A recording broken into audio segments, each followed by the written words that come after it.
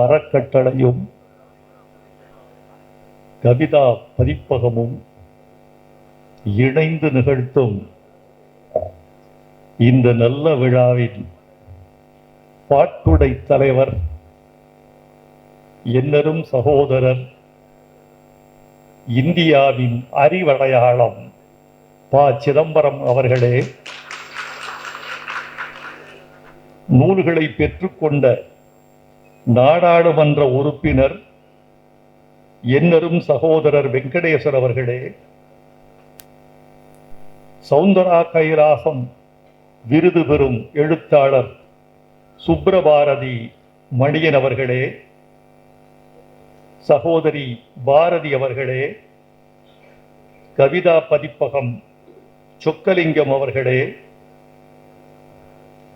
என் அருமை சகோதரி மூத்த வழக்கறிஞர் நளினி சிதம்பரம் அவர்களே, என் அருமை சகோதரர் கார்த்திக் அவர்களே, முன்னாள் துணைவேந்தர் ராஜேந்திரன் அவர்களே, செல்வ பெருந்தகை அவர்களே, அருந்திரளாக இங்கே கூடியிருக்கிற பெரியோர்களே, நண்பர்களே, தாய்மார்களே, பாசத்திற்குரிய பத்திரிகையாளர்களே, ஊடக உறவுகளே, உங்கள் அனைவருக்கும் எனது அன்பான வணக்கத்தை தெரிவித்துக் கொள்கிறேன்.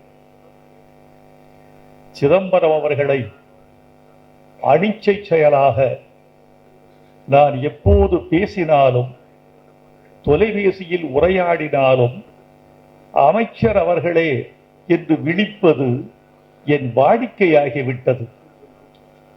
அது என்னை அறியாமலே என் நான் உச்சரிக்கிற சொல்லாக, என் மரியாதையின் அடையாளமாக அவருக்கு அமைந்து விட்டது. ஒரு நாள் எண்ணி பார்த்தேன், இப்போது அவர் அமைச்சர் இல்லையே, அமைச்சர் அவர்களே என்று விழிக்கிறோமே, அதை அவர் தவறாக எடுத்துக்கொள்ள மாட்டாரா என்று நான் கருதி கொண்டு என்னை நானே சமாதானப்படுத்திக் கொண்டேன். பதவியில் இருந்தால் அவர் இந்த நாட்டின் நிதியமைச்சர், பதவியில் இல்லாவிட்டால் இந்த நாட்டின் மதியமைச்சர். அதனால் எந்த நிலையிலும் அவர் அமைச்சராகவே விளங்கத்தக்கவர் என்ற உண்மையை உணர்ந்து என்னை நானே சமாதானப்படுத்திக் கொண்டேன். நண்பர்களே, இதோ இங்கு வெளியிடப்படுகிற 2 நூல்கள், ஃபைட்டிங் இன்காம்பிட்டன்ட் கவர்னன்ஸ், கவர்மெண்ட் என்றிருந்தால் அது வேறு, கவர்னன்ஸ் என்று தேர்ந்து சொற்களை போட்டிருக்கிறார். இன்னொரு நூல் த டார்க்கஸ்ட் இயர், தமிழில் சொன்னால் இருண்ட ஆண்டு என்று சொல்லலாம், அல்லது தமிழில் பழக்கமான களப்பிரர் காலத்துக்கு தமிழில் சொல்லப்படுகிற ஓர் அடைமொழி இருண்ட காலம் என்பது.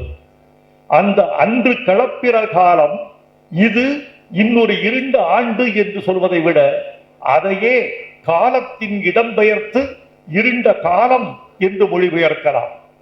இந்த 2 நூல்களையும் இவர் எழுதியிருப்பது எதை காட்டுகிறது என்று சொன்னால், அவரது அலங்காரத்தை அல்ல, அவரது கட்டுரை வன்மையை அல்ல, கலை பயில் திறத்தை அல்ல, அவரது வாசிப்பு அனுபவத்தை அல்ல, அவரது ஆங்கில புலமையை அல்ல, தன் இருப்பை காட்டுக் கொள்வதற்கான ஏற்பாடு அல்ல, 130 கோடி மக்கள் மீது அவர் கொண்டிருக்கிற அக்கறை என்று சொல்கிறேன்.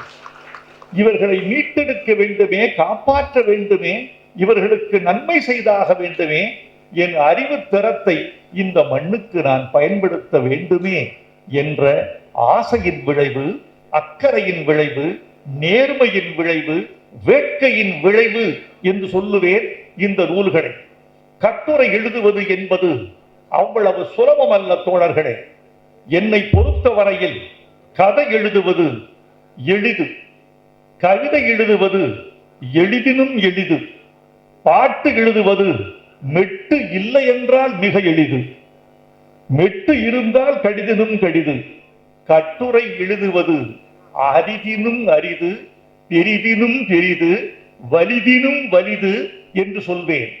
கற்பனைக்கு இடமில்லை. அந்த சொற்களை விரல இட்டு விட்டால் முழு பொறுப்பு கட்டுரையாளன் தலையில் வந்து விழுந்துவிடும்.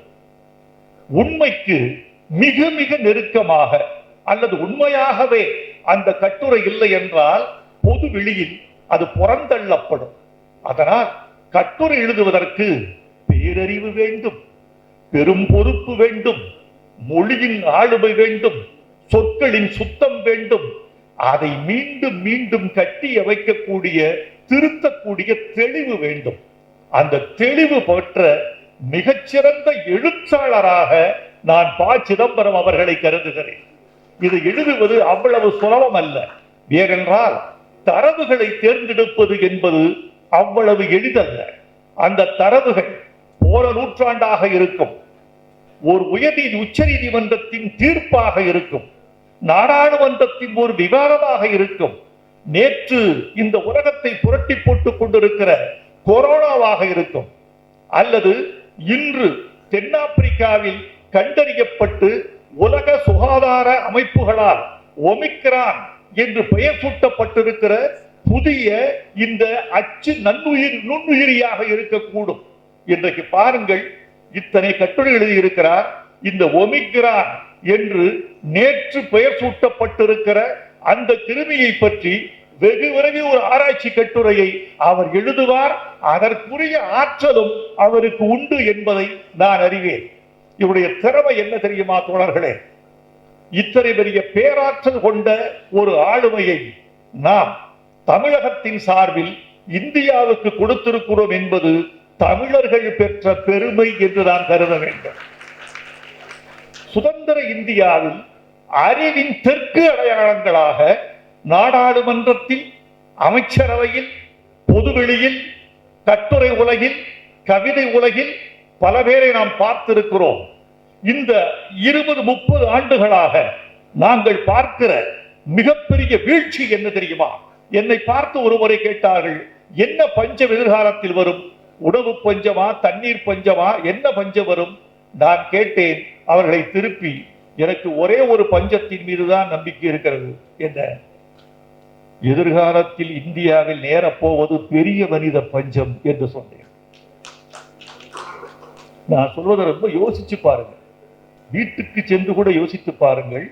ஒரு பெரிய மனித பஞ்சம் இந்த நூற்றாண்டில் இந்தியாவுக்கு நேரப் போகிறது. அதை ஈடு செய்யக்கூடிய எங்கள் அறிவின் அடையாளமாக இந்த உயரமான மனிதர், வேட்டி கட்டிய தமிழர் நமக்கெல்லாம் அங்கே இருக்கிறார். ஹார்வர்டில் பொருளாதாரம் படித்த ஒரு ஆளுமை உண்டா? சட்டத்தையும் தேர்ந்து கரை கண்ட ஒரு ஆளுமை உண்டா? இருக்கலாம், அது கூட இருக்கலாம். அவர் இந்தியாவின் நிதியமைச்சராக இருப்பது உண்டா? இருந்திருக்கலாம். 8 முறை இந்தியாவின் நிதிநிலை அறிக்கையை தாக்கல் செய்த அறிஞன் பெருமகன் ஒருவர் உண்டா? அவர்தான். எல்லாவற்றையும் விட ஒரு வேட்டி கட்டிய தமிழன், தமிழை போல் ஆங்கிலத்தையும், ஆங்கிலத்தை போல் தமிழையும் தன் 10 விரல்களில் பந்தாடி கொண்டிருக்கிற ஒரு பெருமகன் இவர்தான் என்றால் அது மிக இல்லை. இந்த நூலை நான் புரட்டி பார்க்கிற போது என் சிற்றறிவுக்கு எட்டிய வரையில் நான் ஆச்சரியப்பட்ட விஷயங்கள். உள்ளிருக்கும் உள்ளடக்கங்களை தேர்வது அவ்வளவு எளிதல்ல.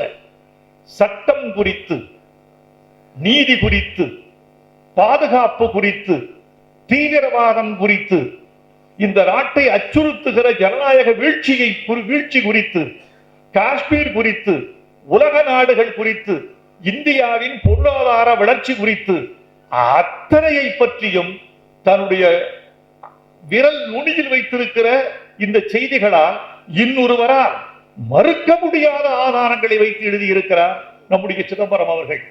இந்த கட்டுரைக்காக காத்திருக்கிறவர்கள் எத்தனை பேர் என்பது நம் கண்ணுக்கு தெரியாத தோழர்களே. இந்த கட்டுரைகளை உங்கள் நண்பர்கள் படிப்பதை விட உங்கள் எதிரிகள் படிப்பதுதான் அதிகமாக இருக்கும் என்று நான் அனுமானிக்கிறேன். அவர்கள்தான் காத்திருக்கிறார்கள் என்று நினைக்கிறேன். ஒரு கட்டுரை, ஒரு கவிதை மொழிபெயர்க்கப்படலாம், கட்டுரை ஒரு நாவல் மொழிபெயர்க்கப்படலாம்.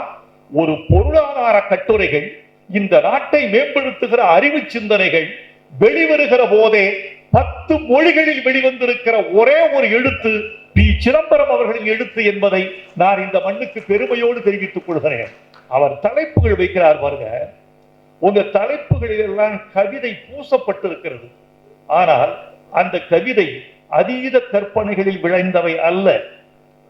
மிகையற்ற கற்பனைகளில், பொருள் பொதிந்த இயைபுகளில் அந்த கட்டுரை தலைப்புகள் அமைந்திருக்கின்றன.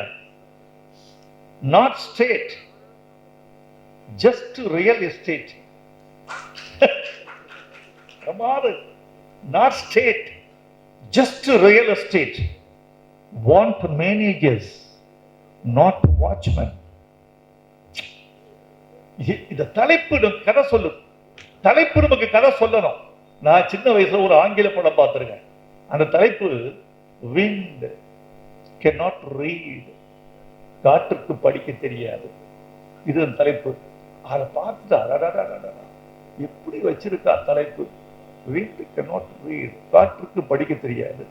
எப்படி டைட்டில் போடுறான், ஒவ்வொரு பூங்காவா காட்டிக்கிட்டு இருக்கான்.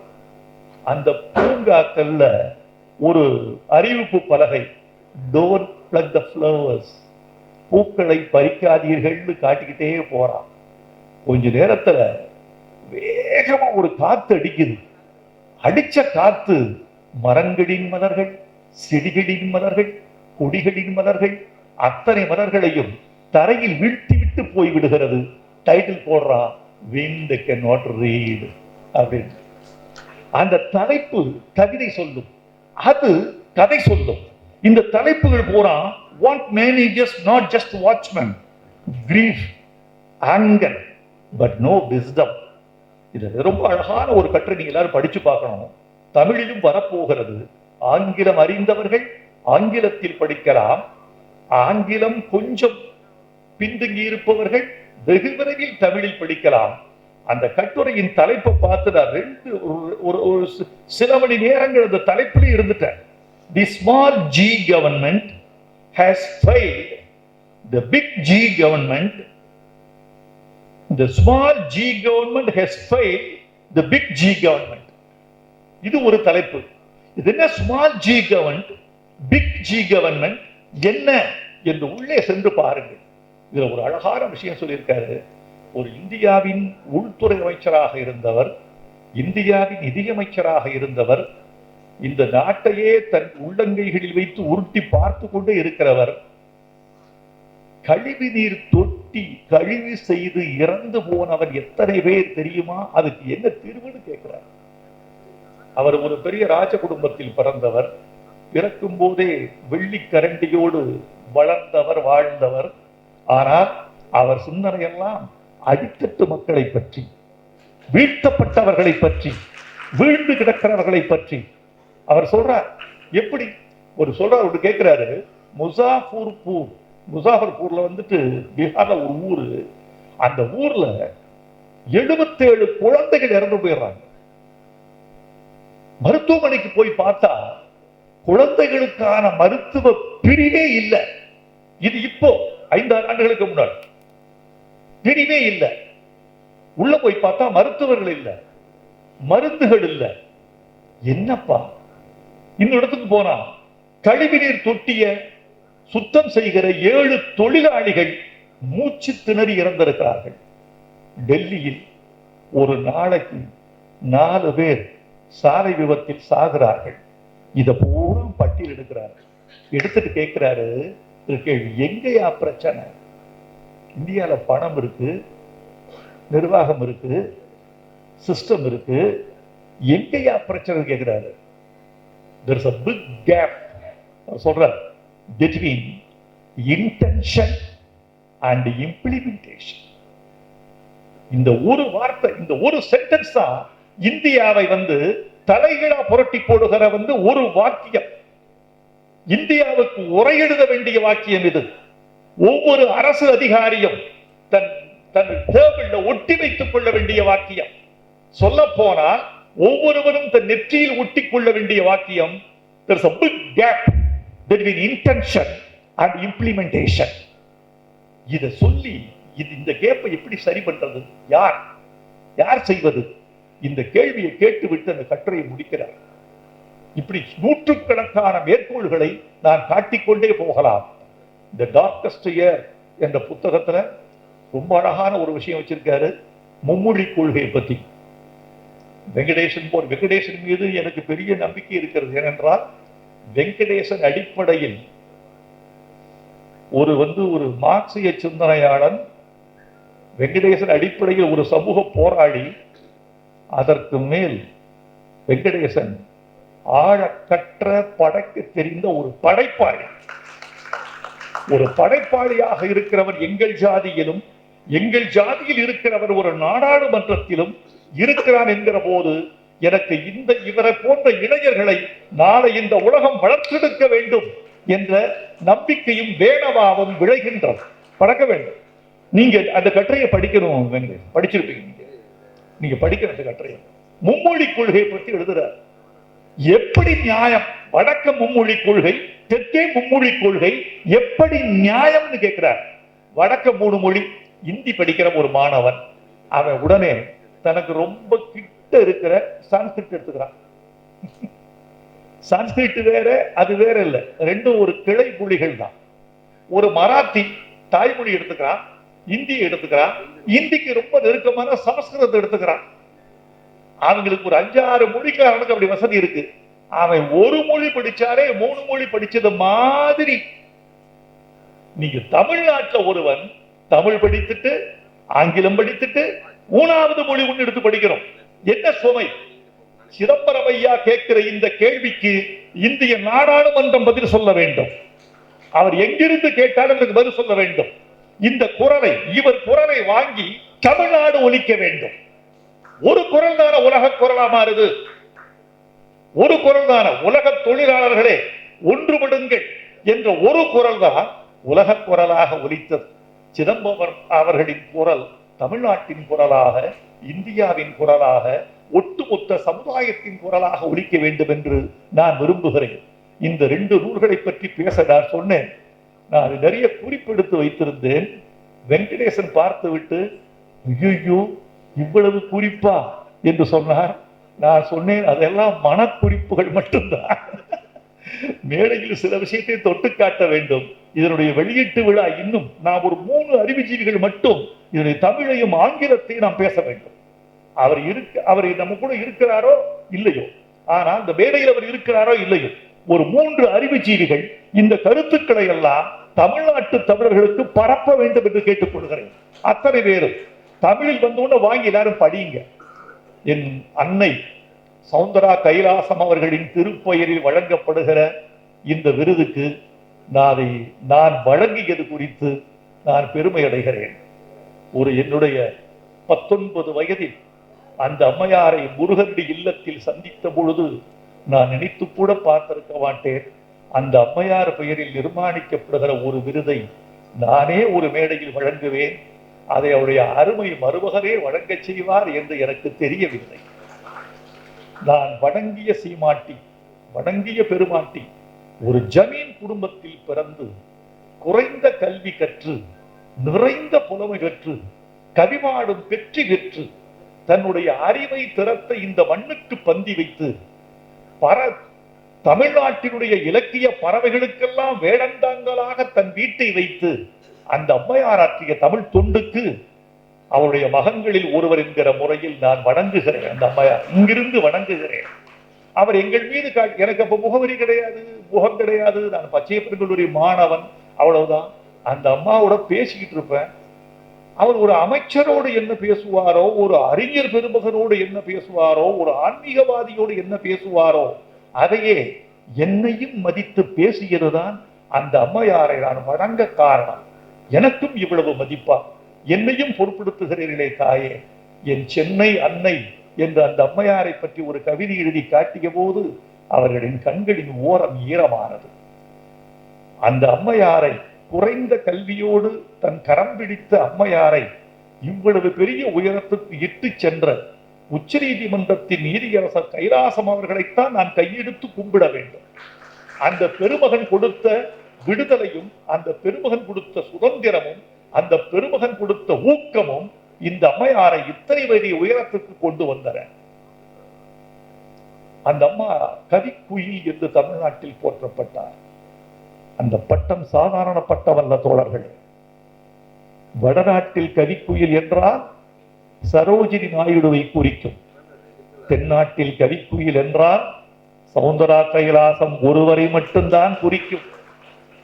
ஔவையார் என்றும் ஆதிவந்தியார் என்றும் வெள்ளி வீதியார் என்றும் மாரோக்கத்து நப்பசலை என்றும் பொன்முடி என்றும் சங்க இலக்கியத்தில் பாடப்பட்டு வந்த பெரிய பட்டியல் உள்ள பெண்குலத்து கூட்டத்தில் இடக்காலத்தில் அற்றுப்போய்விட்டது. பிறகு 7ஆம் நூற்றாண்டில் ஆண்டாள் என்ற ஒரு பெருமாட்டியை தவிர தமிழ்நாட்டில் ஒரு பெரிய கவிக்குயிலை யாரும் காணவில்லை.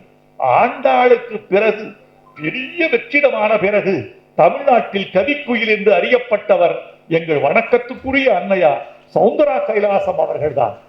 அந்த கவிக்குயில் சரோஜினி நாயுடு விடுதலை செய்யப்பட்டார் எரவாடா சிறையில் இருந்து. நாளைக்கு நீங்க வீட்டுக்கு போலாம். அந்த அம்மா சொன்னாங்க, நான் போக மாட்டேன். என்னம்மா, விடுதலைக்காக எல்லோரும் இயங்குகிறார்கள், எப்போது விடுதலை கிடைக்கும் என்று மன்றாடுகிறார்கள். நீங்கள் விடுதலை என்று அறிவிக்கப்பட்டதும் போக மாட்டேன், இங்கே இருப்பீர்கள். ஏன்? நான் இங்கே கொடி விடர்த்திருக்கிறேன், பூக்கொடி. அதில் நானே நீர் வார்க்கிறேன், நானே வளர்க்கிறேன். அது இப்பவோ பிறகோ மொட்டுவிடும் என்றிருக்கிறது. அது முதலில் மொட்டு விடட்டும், பிறகு அந்த மொட்டு சட்டென்று வளரட்டும். அதன் வாசத்தை நுகர்ந்துவிட்டு அதன் புலகாங்கிதத்தை நான் அனுபவித்துவிட்டு காற்றோடு அது என்ன பேசுகிறது என்று கேட்டுவிட்டு சூரியனோடு அது என்ன சம்பாஷிக்கிறது என்பதை உற்று கேட்டுவிட்டு நான் இன்னும் சில நாட்கள் கழித்து வெளியேறுகிறேன். என் பூக்கொடி பூக்கிற வரைக்கும் நான் விடுதலையாக மாட்டேன் என்று சொன்னவர் கவிக்குயில் எர்ரவாடா சிறையில் இருந்து சரோஜினி நாயுடு. இவங்க வீட்டு முருகனடியில் ஒரு நாகலிங்க மரம் இருக்கிறது. என் சகோதரர் சடைவேலுவை பார்க்கிற போதெல்லாம் அந்த மரத்தை தேடுவேன். அந்த நாகலிங்க மரம் மிக உயரம். உயரத்துக்கு போன அந்த மரம் பூத்து தரையில் சிதறும். அந்த நாகலிங்க பூ மேல அந்த அம்மாவுக்கு உயிர். கார் போகும், ஒரு பூ விழுந்த நிறுத்திடுவாங்க. காரை நிறுத்திட்டு கீழே இறங்கி அந்த பூவை உள்ளங்கையில வச்சு, இது என்னென்ன அழகு இருக்கிறது, இதற்கு என்ன ஆன்மீக குணம், இதற்கு என்ன மருத்துவ குணம், இதன் அழகியல் வர்ணம் இப்படி எல்லாவற்றையும் ரசித்து விட்டு பிறகுதான் காருக்கு போவாங்க. அப்பதான் நினைச்சுக்கிட்டேன், அந்த கவிக்குயிலுக்கும் இந்த கவிக்குயிலுக்கும் இப்படித்தான் இயற்கையில் உறவு இருந்திருக்கிறது என்று நான் கொண்டாடினேன். அந்த அம்மா சொன்ன ஒரு விஷயம் தமிழ்நாடே கொண்டாடிடுச்சு. மாப்போசியை பத்தி ஒண்ணு சொல்லிட்டாங்க. சிலம்பு செல்வர் மாப்போசி மீசை நரைச்சிருச்சு, கருப்பு மீசை வச்சிருந்த மீசை நரைச்சிருச்சு. மீசை நரைத்தவுடன் ஏன் மீசை நரைத்தது என்பதை தற்குறிப்பேற்றமாக சொன்னார் சௌந்தர கைலாசம் அவர்கள். இந்த தற்குறிப்பேற்றம் என்பது இயற்கையாக நிகழும் ஒரு நிகழ்வின் மீது படைப்பாளன் அல்லது கவிஞன் தன் குறிப்பை ஏற்றி சொல்வது தற்குறிப்பேற்றம். அண்ணா சொன்னா, கடல் நீர் ஏன் உப்பாக இருக்கிறது? காரணம், சொந்த நாட்டில் பிழைக்க வழியில்லாமல் வெளிநாட்டுக்கு சென்ற தமிழர்கள் அழுது அழுது வடித்த கண்ணீர் தான் காரணம். இது அண்ணாவின் தற்குறிப்பேற்றம். திருபானந்த வாரியாரின் தற்குறிப்பேற்றம் ஒன்று உண்டு. ராமனை ராமச்சந்திரன் சொல்றது தப்பு இல்லையா? ஏன்? அவன் ரகுவம்சத்துக்காரன். ரகு என்றால் சூரியன், சூரிய வம்சத்திலே பிறந்தவன் ராமச்சந்திரன். அவன் எப்படி ராம சூரியன் என்று அழைக்கப்படாமல் ராமச்சந்திரன் என்று அழைக்கப்படுகிறான்? வாரியாரை பார்த்து கேட்டாங்க. வாரியார் சொன்னாங்க, காரணம் இருக்கு. சூரியனுக்கு களங்கமில்லை, சந்திரனுக்கு ஒரு களங்கம் இருக்கிறது. வாலியை மறைந்து நின்று அம்பெய்து கொள்வதனால் வரக்கூடிய களங்கம் வந்து சேரும் என்பதனால் ராம சூரியன் என்று அழைக்காமல் ராமச்சந்திரன் என்று அழைத்தார்கள் என்று திருவானந்த வாரியார் சொன்னதை இந்த நாடு கைதட்டி கொண்டாடி கூத்தடித்தது. அது ஒரு தற்குறிப்பேற்றம். சௌந்தராம்மா சொன்னாங்க, இந்த மீசை ஏன் நிறைச்சிருக்கு பாப்போசிக்கு? அவரு தமிழ் தேன் குடத்தை சுமந்து சுமந்து செல்வதனால் அது தழும்பி தழும்பி மீசையில் பட்டு மீசை நரைத்து விட்டதுன்னு சொன்னாங்க. தமிழ் உலகம் இன்னைக்கு வரைக்கும் மறக்கவில்லை. இப்படியெல்லாம் எல்லோரோடும், எல்லா தலைவர்களோடும், எல்லா அறிஞர்களோடும் தொடர்புடைய அந்த பெருமாட்டி போதுமான அளவுக்கு கொண்டாடப்படவில்லை என்ற குறை எனக்கு இருந்தது. ஆனால் அவர் அவருடைய திருமகனாக வந்து வாய்த்த மருமகன் இந்த நாட்டின் அறிவுஜீவி கொழுந்து அவர் தன் எழுத்தை நேசித்தது போலவே தன் மாமியார் சௌந்தரா கைலாசனை நேசித்திருக்கிறார். மாமியார் என்பதற்காக அல்ல, மாமியார் பெண் கொடுத்துட்டாங்க பாருங்க, மாமியார் என்பதற்காக அல்ல, ஆனால் தமிழை தூக்கி சுவந்த தமிழ் பெரும் மூதாட்டி என்றுதான் அவரை கொண்டாடுகிறார். அவர் பெயரால் வழங்கப்படுகிற விருது சுப்பரபாரதி மணியனுக்கு வழங்கப்பட்டிருக்கிறது. சுப்பரபாரதி மணியன் உங்கள் எழுத்தை நான் வாசித்து பார்த்தேன், அந்நியர்கள் என்ற நாவலை படித்து பார்த்தேன். ஒரு நகரம் சிதைவது, ஒரு நகரத்தின் புறம் எப்படி சிதைகிறது, அகம் எப்படி சிதைகிறது, ஒடிசாவிலிருந்து தமிழ்நாட்டுக்கு திருப்பூருக்கு வாழ வந்த ஒரு பெண்ணின் வாழ்வியல் மாற்றங்கள் என்ன என்பது குறித்தெல்லாம் அவர் அழகாக பதிவு செய்திருக்கிறார். சூழலியல் மாற்றங்கள், சுற்றுச்சூழல், வாழ்வியல் மாற்றம், நகரமயமாதலின் துயரங்கள் எல்லாவற்றையும் ஒரு கதையாக, ஒரு நாவலாக சுப்பரபாரதி மனிதன் படைத்திருக்கிறார். இந்த விருது உங்களுக்கு ஊக்கம் தரும். ஏனென்றால் தமிழ் கவிதைகளையும் தமிழ் எழுத்துக்களையும் நேசிக்கிறவர் விருது உங்களுக்கு வந்திருக்கிறது. எனக்கு ரொம்ப ஆச்சரியம். இவர் அமைச்சர் வேலை பார்க்கிறாரா, பட்ஜெட் தயாரிக்கிறாரா, படிச்சுக்கிட்டே இருக்காரா? பாரதி அவர்கள் ஒரு புத்தகம் கொடுத்தாரு சூடாமணியை பத்தி, இந்திய இலக்கிய சிற்பிகள் வரிசையில் வந்திருக்கு. சூடாமணி நீங்க படிச்சிருக்கீங்களான்னு கேட்கிறாங்க அவர், அந்த அம்மா இவரை. ஓ படிச்சிருக்கேன், உங்களுடைய 4ஆம் ஆசிரமம் கதை என்னால மறக்க முடியாது, என்னால மறக்க முடியாதுங்கிறார். இவர் இப்ப சொல்றாரு. நேற்று இமயம் என்ற ஒரு எழுத்தாளர் சாகித்ய அகாடமி விருது பெற்றவர், அவர் கொரோனாவில் இறந்து போன ஒரு ஒரு ஒரு பாடியை பத்திய ஒரு கதை, அது கதையை படிச்சுட்டு சொல்றாரு, எங்க நீங்க படிக்கிற நீங்க அவசியம். அந்த தலைப்பே பிரமாதம், கவர்மெண்ட் பிணம், கவர்மெண்ட் பிணம், இது தலைப்பு, நீங்க படிக்கன்னு சொல்றாரு. நம்ம கூட படிக்க முடியல, இவர் எவ்வளவு வேலை பார்த்துட்டு எல்லாத்தையும் படிக்கிறார் என்று பார்க்கிறேன். ரொம்ப மகிழ்ச்சி. இந்த விழாவுக்கு வந்ததை நான் பெருமையாக கருதுகிறேன். பெருமக்களே, நான் நன்றி சொல்வதும் பாராட்டுவதும் இந்த மேடையில் இருக்கிற பெருமக்களுக்கு அல்ல, பரிசு பெற்றவர்களுக்கு அல்ல, இந்த சபையை நிறைத்திருக்கிற உங்களுக்கு. நான் எதிர்பார்க்கவில்லை. அதாவது இலக்கிய கூட்டங்களுக்கு அழைப்பு விட்டால் மழை வந்து விடுமோ என்று காரணம் காட்டி பல பேர் தவிர்த்து விடுவார்கள். ஆனால் மழையில் சென்னை மிதந்து கொண்டிருக்கிற போது அந்த மழை எங்களை என்ன செய்யும்? நாங்கள் தமிழ் மழையில் நனைய வந்திருக்கிறோம், தமிழால் எங்களுக்கு லாபம் தான் என்று நீங்கள் வந்திருக்கிறீர்கள். அந்த மழையை விட நீங்கள் மேம்பட்டவர்கள். ஏனென்றால் அது சொல்லும் வராது, சொல்லாமலும் வரும். நீங்கள் சொல்லி வந்தவர்கள், சொன்ன நேரத்துக்கு வந்தவர்கள். உங்களால் தமிழ் வாழும், எழுத்து வாழ்க, எங்கள் சிதம்பரம் அவர்கள் வாழ்க, தமிழ் பயின்றவர்கள் வாழ்க, தமிழுக்கு துணை இருக்கும் தமிழர்கள் வாழ்க என்று வாழ்த்தி விடைபெறுகிறேன். நன்றி, வணக்கம்.